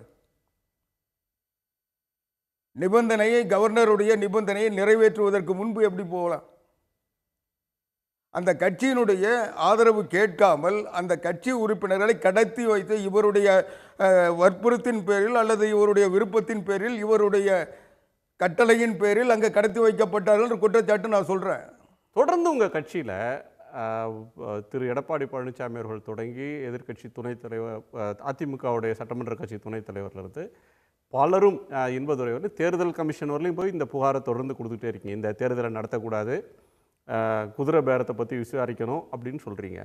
இல்லைங்க, நீங்கள் சிலதான் சொன்னீங்க. இதுக்கு முன்னாலேயே இவங்க போய் அந்த கவர்னர்கிட்ட எங்களுடைய ஆதரவு உறுப்பினர்கள் பட்டியல் கொடுத்தாங்களே, அந்த பட்டியல் அப்போவே அமமுக சட்டமன்ற உறுப்பினர் மன்னார்குடி சட்டமன்ற உறுப்பினர் காமராஜ், இந்திய யூனியன் முஸ்லீம் லீக் சட்டமன்ற உறுப்பினர் ஒருத்தரை சேர்த்து பட்டியல் கொடுத்தாங்க. ஆதரவு தெரிவிக்கக்கூடிய ஆதரவு அவங்களுக்கு யார் ஆதரிக்கிறாங்க? இந்தியன் யூனியன் முஸ்லீம் லீக் அந்த நேரத்தில் அவங்கள ஆதரிக்கலை, அமமுகவும் ஆதரிக்கலை. ஆனால் அவங்க பேரை சேர்த்து இவங்க கவர்னரையே ஏமாற்ற பார்த்தாங்க. கவர்னர்கிட்ட கொடுத்தாங்க அந்த பட்டியல். அந்த பட்டியலை பார்த்த உடனே அமமுக பொதுச் செயலாளர் மரியாதைக்குரிய டிடிவி தினகரன் நேரடியாக போய் கவர்னரை சந்தித்து அவர் எடப்பாடி பழனிசாமி தலைமையில் ஆட்சி அமைப்பதற்கு தான் கடிதம் கொடுத்துருக்காரு. அவர் எப்படி இந்த கடிதம் கொடுத்தாருன்னு இவங்க போலியாக இந்த பட்டியலில் சேர்த்துருக்காங்க. இதில் ஏதோ மோசடி நடந்திருக்கு, இது தவறு, இது போலியான பட்டியல், இதை பற்றி விசாரணை பண்ணணும்னு அப்போவே கொடுத்துருக்காரு. அதற்கு பிறகு கொஞ்ச நேரத்தில் நடுநிசையில் அந்த சட்டமன்ற உறுப்பினரை கூட்டிகிட்டு போய் கவர்னர்கிட்ட இதை நான் கொடுக்கல, இது என்னுடைய விருப்பம் இல்லைன்னு அவர் சொல்லியிருக்காரு. அதுக்கு பிறகு திருவல்லிக்கேணி காவல் நிலையத்தில் அவர் புகார் பண்ணியிருக்காரு. அந்த சட்டமன்ற உறுப்பினரே நேரடியாக போய் புகார் பண்ணியிருக்காரு. அந்த கட்சியுடைய பொதுச் செயலாளர் டிடிவி தினகரன் சேர்ந்து போய் பண்ணியிருக்காங்க. இது எல்லாமே ஆரம்பத்திலிருந்தே இவங்க தமிழ்நாட்டு மக்களுடைய தீர்ப்புக்கு எதிராக இன்னைக்கு ஒரு சிறுபான்மை ஆதரவை பெற்ற ஜோசப் விஜய் இன்றைக்கு மரபுகளுக்கு மாறாக, நியாயங்களுக்கு மாறாக எப்படியாவது முதலமைச்சராக இருக்கணுன்ற ஒரே நோக்கத்தோடு ஆட்சியில் இருக்கணுன்றதுக்காக இவங்க செய்கிற குதிரை பேரம் தான் இது நடந்துகிட்டு இருக்கே தவிர இதுவரைக்கும் அவர் பெரும்பான்மை பெறவில்லை. அதுதான் இன்னைக்கு நிலைமை. ஏன்னா 144 சார் சட்டமன்றத்தில் பெரும்பான்மையை நிரூபிச்சிட்டாரு. இல்லை, நான் அதுதான் சொல்கிறேன். சட்டமன்றத்தில் 144 வாக்குகள் அவர் பெற்றார். ஆனால் அதில் 25 பேர் மன்னிப்பு கடிதம் கொடுத்து, அனைத்து இந்திய அண்ணா திராவிட முன்னேற்ற கழக பொதுச் செயலாளர்கிட்ட மன்னிப்பு கடிதம் கொடுத்து அதை அவர் ஏற்று இவங்க திருந்திட்டாங்க, மன்னிச்சிட்டாங்க, அவங்க கொடுத்த ஆதரவை திரும்ப பெற்றாங்க, வாக்களிச்சிட்டாங்க. அதுக்கு பிறகு தொடர்ந்து இந்த அரசை ஆதரிக்க மாட்டோம் அவங்க சொல்லிட்டாங்க. கட்சியினுடைய நிலைப்பாட்டில் தான் நாங்கள் இருக்கிறோன்றதை அவங்க உறுதிப்படுத்திட்டாங்கன்னு ஒரு கவர்னர் சபாநாயகர்கிட்ட கொடுத்து சபாநாயகர் அதை ஏற்றுக்கிட்டு அதுக்கு பிறகு அந்த 25 பேர் அதிலிருந்து அந்த குற்றத்திலிருந்து அதுக்கு பெற வேண்டிய தண்டனையிலிருந்து அவங்க விடுவிக்கப்பட்டு சட்டமன்ற உறுப்பினராக தொடர்றாங்க. இப்போ அந்த 25 பேர் இவங்க கிட்ட இல்லைன்னு தெரிஞ்ச உடனே, அவங்களுடைய ஆதரவு இல்லைன்ன உடனே அவங்கள எப்படியாவது இந்த ஆதரவு பார்க்கணும். அப்போது என்ன பண்ணணும்? 234 இருந்தால் தான் இந்த எண்ணிக்கை இவங்களுக்கு மைனாரிட்டி. அதை 220 ஆக்கணும், 225 ஆக்கணும். சட்டசபையினுடைய ஸ்ட்ரென்த்தை குறைக்கணும். ஃப்ளோரினுடைய ஸ்ட்ரென்த்தை குறைச்சிட்டா இவங்க மெஜாரிட்டி ஆகிடுவாங்கல்ல. அதை தான் இவங்க செஞ்சிட்டு இருக்காங்க. இப்போது இந்த சட்டமன்ற உறுப்பினர்கள் பதவி ஆசை காட்டுறாங்க, அவங்களுக்கு என்ன செய்கிறாங்களோ அந்த குதிரை பேரம் நடத்துகிறாங்க, எல்லாத்தையும் பண்ணிட்டு அந்த இவங்க பண்ணுற குதிரை பேரம் அந்த சட்டமன்ற தொகுதி மக்களை அவமானப்படுத்தியிருக்காங்க. இந்தியாவில் தேர்தல் நடந்து தேர்ந்தெடுக்கப்பட்ட உறுப்பினர் இல்லாமல் ஒரு தொகுதிகள் இன்னைக்கு இருக்க வைக்கிறதுனா அதுக்கு ஜோசப் விஜயனுடைய அந்த குதிரை பேரம் தான் காரணம். இன்னைக்கு இவங்க வந்து என்ன 6 தொகுதிக்கு இப்போ அதிமுக எம்எல்ஏக்கள் ராஜினாமா பண்ணி தொகுதிக்கு எம்எல்ஏ இல்லாம 7 தொகுதிக்கு எம்எல்ஏ இல்லைன்னா விஜய் தான் காரணம். என்னன்னா நான் கேட்குறேன், அவங்க தேர்ந்தெடுக்கப்பட்டு சட்டமன்ற உறுப்பினர் பணியாற்ற வராங்க. 234 தொகுதிக்கும் பிரதிநிதித்துவம் கிடைக்குது. 234 தொகுதிக்கு பிரதிநிதித்துவம் கிடைச்சா கூட இந்த 234 பேரும் தாவேக்காவில் இருந்தால் தான் அவங்க தொகுதிக்கு நல்லது செய்வாங்க, இல்லைன்னா செய்ய மாட்டாங்கன்னு சொன்னால் அதை வந்து இவங்க வரவேற்கிறாங்கன்னா, இப்போது அவங்க சொன்னவங்க அத்தனை பேர் என்ன சொன்னாங்க, தொகுதிக்கு எங்களால் 5 வருஷத்துக்கு ஒன்றும் செய்ய முடியாது, எங்களை தேர்ந்தெடுத்த மக்களுக்கு நாங்கள் வந்து எதுவும் செய்யாமல் இருக்க முடியாது, இதுக்கு செய்யணும்னா விஜய் சொல்கிறாரு தாவேக்காவில் சேரணுன்றாரு, அதுக்கு தான் நாங்கள் போகிறோம் சொல்கிறாங்க. இது என்ன ஜனநாயகம்? எந்த கட்சியிலையும் இல்லாமல் அதிமுகவிலிருந்து மட்டும் ஏன் தாவேக்கால போய் சேர்றாங்கன்னா, ஏன் சேர்றாங்க? இப்போ திமுகவிலிருந்து யாரும் போய் தாவேக்கால போய் சேரலை, அதே நேரம் வந்து தாவேக்காலிருந்து யாரும் போய் திமுகவில் சேரலை. இப்போ இங்கே மைக்ரேட் ஆகிற ஒரே கட்சி வந்து அதிமுக மட்டும்தான். ஏன் அதிமுக போய் சேருது அப்படின்னா, நீங்கள் சொல்கிற தனிப்பட்ட காரணங்கள் இருந்தாலும் அதிமுகவினுடைய ஒரே குறிக்கோள் என்னென்னா திமுக எதிர்ப்பு. அந்த திமுக எதிர்ப்புன்ற விஷயத்தில் கடந்த 10 ஆண்டுகளாகவே அதிமுக பின்னடைவை சந்திச்சிருச்சு.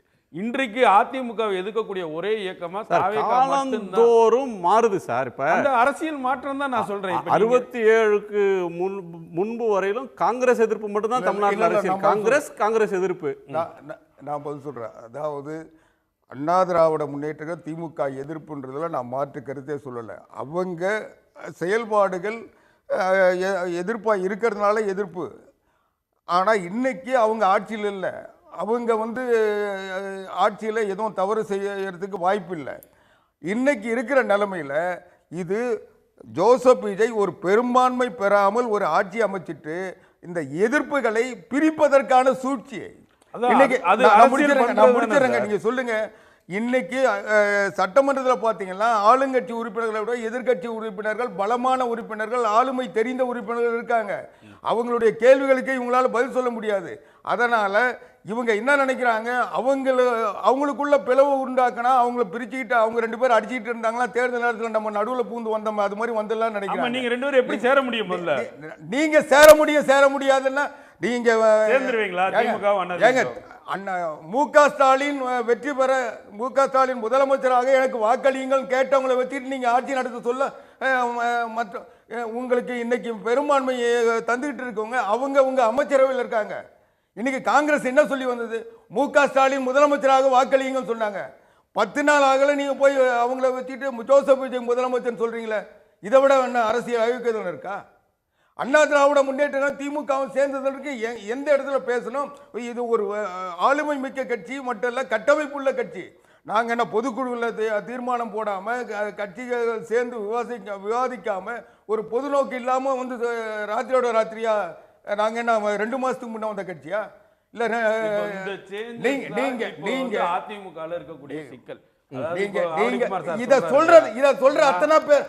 சொல்ற அத்தனை பேரும் இந்த கட்சி மாறிகள் தேர்தல் நேரத்தில் அதிமுக வாக்குகளை வாங்கி கொண்டு எடப்பாடி முதலமைச்சர் சொன்னவன் ஜோசப் பின்னால போய் நிக்கிறதுக்கு காரணம் மு.க. ஸ்டாலின் முதலமைச்சர் சொல்லிட்டு இன்னைக்கு ஜோசப் விஜய் முதலமைச்சரை ஏத்துக்கிட்டவங்க சொல்ற காரணம் அதிமுகவிலேயோ அல்லது திமுகவிலேயோ கட்சியை சார்ந்த யாரும் சொல்லியிருக்குமா? 2வது, இது வந்து நாங்கள் அப்படி ஒரு முடிவு எடுக்க வேண்டிய சூழ்நிலை வந்தால் கூட கட்சிகள் ரீதியாக தான் முடிவெடுக்க முடியுமே தவிர தனிப்பட்ட நபர்கள் முடிவெடுக்க முடியாது. இது வந்து ஒரு இன்னும் சொல்ல போனால் தமிழ்நாட்டினுடைய ஜீவாதார பிரச்சனை பேரறிஞர் அண்ணா தான் எங்களுக்கு கொள்கை தலைவர். அவருடைய கொள்கைப்படி நடக்க சொல்ல அவருடைய கொள்கைக்கு ஒரு பாதிப்பு வருதுன்னா நாங்கள் குரல் கொடுக்க தான் செய்வோம். அந்த குரல் கொடுக்கறதுனாலேயே நாங்கள் ஒன்னாயிட்டோம்னு சொல்லிட்டு அந்த எதிர்ப்பில் நீங்கள் வந்து குளிர்காயலாம் நினைச்சா அது எப்படி சரியா இருக்கும்? எதிர்ப்பில் குளிர்காய பார்க்குறீங்களா? ஏடிஎம்கே டிஎம்கே பிரிஞ்சே இருக்கணும், ஒருத்தர் மோதி அந்த எதிர்ப்புல குளிர்காயருக்கு டிவிக்கு முயற்சிக்குதுன்னு சொல்றாரு. ஒரே நிமிஷம் பேசிட்டீங்க, ஒரே நிமிஷம் பேச விடுங்க சார். இதே பாரதிய ஜனதா கட்சி எத்தனையோ பிரச்சனை வர சொல்ல அதிமுக திமுக ஒன்னா நின்று குரல் கொடுத்திருக்கோம். சட்டமன்றத்தில் திமுக கொண்டு வந்த தீர்மானங்களை கூட அதிமுக ஆதரிச்சிருக்கு. அப்போ அது ஒன்னாயிட்டு அர்த்தமா? இல்ல, அதாவது விஜய் இன்னைக்கு சொல்லக்கூடிய திமுக ஒரு தீய சக்தின்ற வார்த்தை எங்கிருந்து எடுக்கப்பட்டது? எம்ஜிஆர் சொல்லி அதன் பிறகு ஜெயலலிதா சொல்லி இன்றைக்கு விஜய் சொல்றாரு. அப்போ அதிமுகவினுடைய முக்கிய கொள்கைகள்ல ஒண்ணு திமுக எதிர்ப்புன்றது அது கொள்கை இல்ல சார், நிலைப்பாடு. அதிமுக வேற என்ன கொள்கை இருக்கு? இல்ல சார், அதிமுக நீட் ஒரு கொள்கை சார், நீட் எதுக்குது சார்? காவேரி நடுவர் மன்றம் வேணும், மாநில உரிமைகளுக்காக போராடணும், இருமொழி கொள்கை வேணும், சமூக நீதி வேணும், இதெல்லாம் கொள்கைகள். கூட்டணி தேர்தல் நேரத்தில் ஒரு கட்சியோட கூட்டணி வச்சுக்கிறோம், ஒரு நம்பிக்கையில்லா தீர்மானத்தில் வந்து ஆதரிச்சு ஓட்டு போறதா எதிர்த்து ஓட்டு போறது ஸ்டாண்டு. ஒரு அரசியல் நிலைப்பாடு வேற, அடிப்படை கொள்கைகள் வேற. அடிப்படை கொள்கைகள் நீங்க சொல்லக்கூடிய கொள்கைகள் எல்லாத்தையும் அதிமுக வந்து தன்னுடைய கொள்கை விஷயமா வச்சிருக்கா? இல்ல இல்ல வச்சிருக்காங்க. குமார் சார் குமார் சாருக்கு ஒரே ஒரு பதில் சொல்றேன். இப்போ தாவேகாவுக்கு என்னென்ன கொள்கை இருக்குன்னு எதுவுமே கிடையாது. அதனால தான் நான் சொல்றேன் ரெண்டு ஒண்ணுன்னு. இப்போ அதிமுகவுக்கு என்ன கொள்கை நிலைப்பாடுகள் இருக்கோ, எந்த உணர்ச்சி அரசியல் இருக்கோ, அதே உணர்ச்சி அரசியல் தான் தாவேகாவுக்கு இருக்கு. அதனால தான் நான் சொல்றேன் ரெண்டு நீர்கண்ட இறக்கம் தாவேகா தான் இன்னைக்கு அதிமுகவுக்கு. வேற வழி கிடையாது. ஒரே ஒரு பதில். இருங்க, ஒரு நிமிஷம் இருங்க. குமார் சார் சொன்னாரு ஸ்டாலின் முதலமைச்சராக வாக்கு கேட்டவர்கள் இன்னைக்கு விஜய் முதலமைச்சர், அது என்ன ஜனநாயகம் கேட்கிறாரு? அப்படி கேட்கிறாருல. நான் என்ன கேட்கிறேன், விஜயே விட்டுட்டீங்க, திமுக பொறுத்தளவுக்கு அதிமுக வீழ்த்தி திமுக தான் வரணும்னு பேசுனீங்க. எடப்பாடி பழனிசாமியை பொறுத்தளவுக்கு தீய சக்தியானது ஸ்டாலின் வரவே கூடாதுன்னு பேசினாரு. அப்புறம் எந்த அடிப்படையில் சார் நீங்க ரெண்டு பேரும் சேர்ந்து விஜயை வீழ்த்தி நீங்க ஆட்சி அமைக்கிறதுக்கு முயற்சி பண்ணீங்க? எந்த அடிப்படையில் முயற்சி பண்ணீங்க? அது நடந்துச்சா இல்லையா? அது ஓபன் சீக்ரெட்டா இல்லையா? அப்போ நீங்க அப்போ இவரு கேட்டார்ல, இப்ப பிரம்மா கேட்ட மாதிரி நீங்க வந்து எதிர் துருவம்னு சொல்ற நீங்க எந்த அடிப்படையில் ஒன்னா நின்னீங்க? பிஜேபியோட ஆதரவோடு, அதுவும் பிஜேபியோட ஆதரவோடு. இது இது இது வந்து ஓபன் சீக்ரெட்டா இல்லையா? அப்ப இதுதான் கம்யூனிஸ்டுகள் இன்னைய வரைக்கும் சொல்லிட்டு இருக்காங்க. ஒரே ஒரு பதில் சொல்றேன்.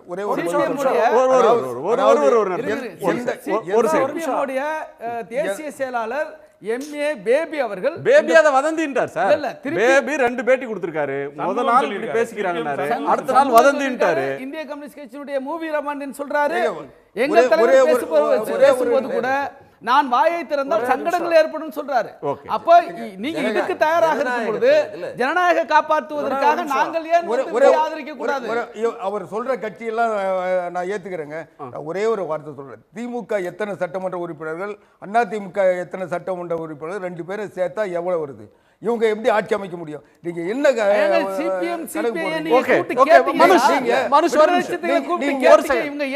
ரெண்டு பேரும் சேர்ந்தாலும் ஆட்சி அமைக்க முடியும்? திமுகவும் அதிமுகவும் சேர்ந்தாலும் ஆட்சி அமைக்க முடியாது.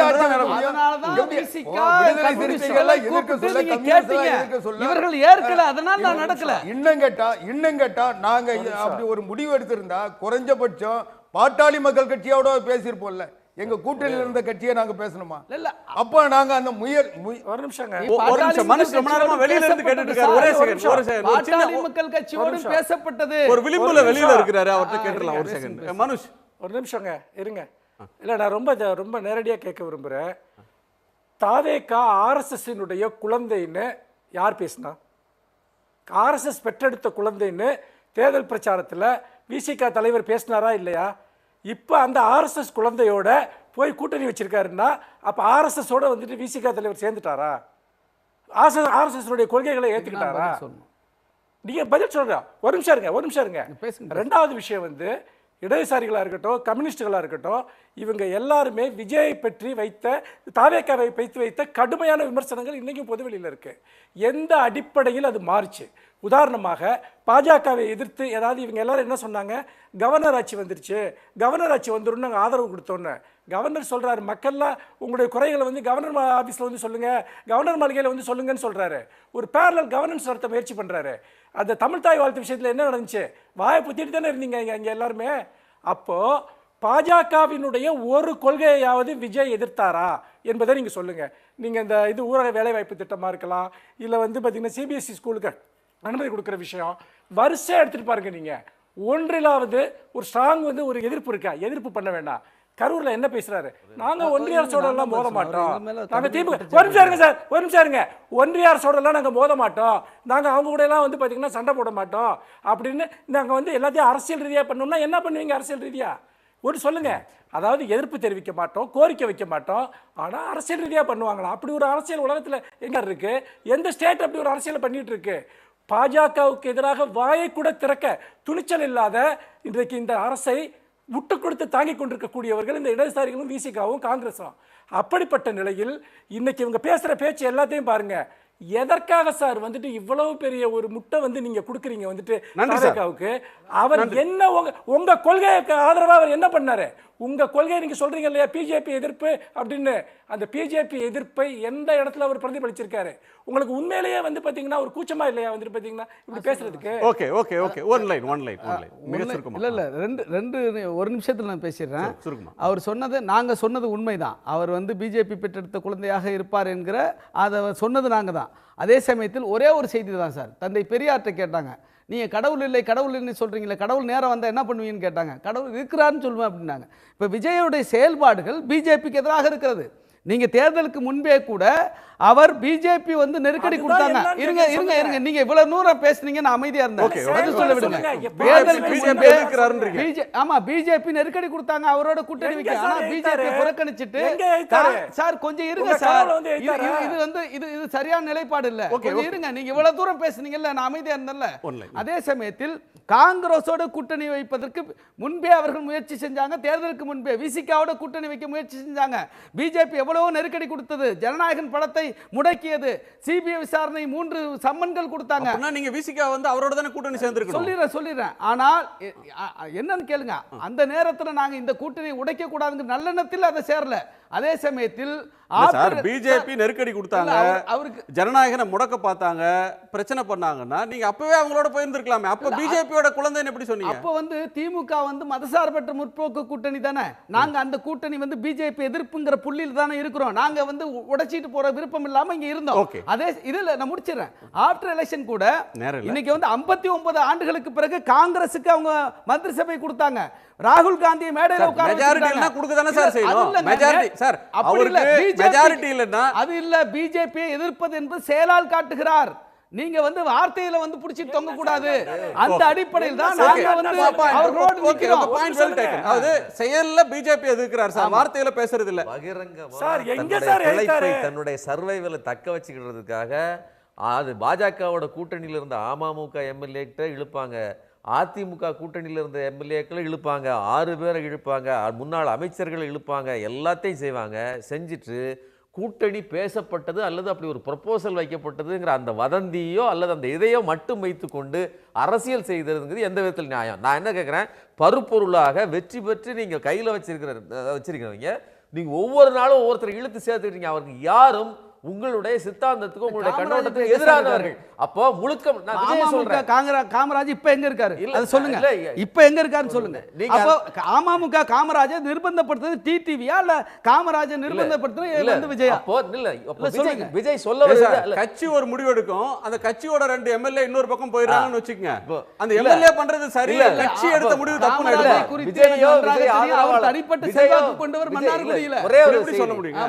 அவர் சுயேட்சை நின்னு ஜெயிச்சிருக்கணும். தனிப்பட்ட செல்வாக்கு ஒரே ஒரு சுயேட்சை ஜெயிச்சிருக்கணும். ஒரு கட்சிக்கு நிலைப்பாடு உடன்பாடு இல்லாம அவர் முடிவு எடுக்கிறாரு. விஜய் ஆதரவாளர்களோ சொல்ல வர்றதுன்னா எல்லாரோடையும் உறவு வைத்துக் கொள்வது அல்லது எல்லோரோடையும் நாங்க வந்து கூட்டணி வச்சுக்கிறது, அவர்களுடைய ஆட்களை இழுப்பதற்கு எங்களுக்கு உரிமை இருக்கிறது, ஆனால் மற்றவர்கள் யாரோடும் பேசக்கூடாது. இப்ப சொல்றாரு இல்லையா, நீங்க அதிமுக பாஜக திமுக பேசலாமா பேசலாமா பேசலாம், ஏன் பேசலாம், உங்களுக்கு என்ன பிரச்சனை? நீங்க யாரோடு வேண்டுமானாலும் ஆட்களை இழுப்பீங்க, ஆனா மற்றவர்கள் யாரோடு கூட்டணி பேசக்கூடாது, எந்த விதத்தில் நியாயம்? ஓகே பிரம்மா, அதாவது பல அரசியல் மாற்றங்களை இந்த தேர்தல் வந்து ஏற்படுத்தியிருக்கு. அது வந்து பல அரசியல் களங்கள்லையும் பல புதிய மாற்றங்களை, எல்லா கட்சிகளுடைய புதிய நிலைப்பாடுகள்லையும் மாற்றங்கள் வருது. அதனுடைய விளைவுகளை நம்ம எல்லா இடத்துலையும் பார்த்துக்கிட்டே இருக்க போகிறோம். இது சரியா தவறா, இந்த பேசுகிற முறை சரியா, இந்த குதிரை பேரம் தவறான்றதுக்கான நமக்கான பரீட்சை இடைத்தேர்தல்.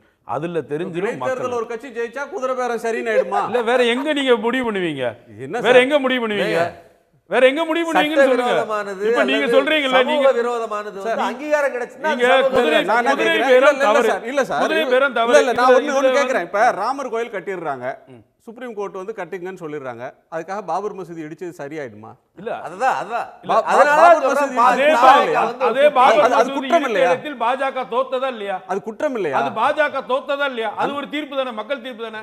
இப்ப குதிரை பேரம்னா இந்த இடத்துல இருந்து காலியாக இருக்கிற எம்எல்ஏக்கள் தோத்தா மக்கள் தீர்ப்பு இல்லையா? ஓகே திருக்குமார், முதல்ல நிறுத்தினாலே தப்புன்னு சொல்றாங்க சிபிஎம். அவங்களுக்கு நிறுத்த மீண்டும் வாய்ப்பு கொடுத்தாலே குதிரை பேரன்னு சொல்றாங்க. குமார் சார் சுருக்கமா. இன்றைக்கு கூடங்க இது வந்து தாவேக ஆட்சின்னு சொல்றதே தவறு.